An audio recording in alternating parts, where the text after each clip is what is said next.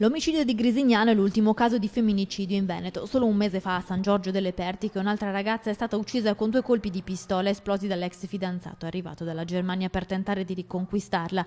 A Limena ormai da 4 anni l'amministrazione propone corsi gratuiti di autodifesa per le donne. Oltre alle tecniche per imparare a proteggersi dalle aggressioni, questa sera per la prima volta le ragazze andranno a lezione per capire come funzionano le armi, per imparare fino a dove spingersi ed evitare così l'eccesso di legittima difesa. Faremo vedere cos'è un'arma e come funziona un'arma da fuoco.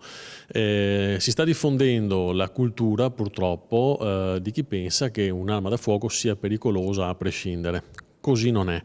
Chi sa utilizzare questo strumento in maniera coscienziosa e con un po' di sale in zucca non ha niente da temere. L'idea parte dopo i tanti casi accaduti in Veneto in cui si reagisce ad un furto, ad una rapina, sparando e uccidendo un ladro. Le donne devono sapere fin dove spingersi e sapere l'uso delle armi. Il corso di autodifesa a fine anno, nei piani del comune di Limena, potrebbe essere insegnato anche nelle scuole medie.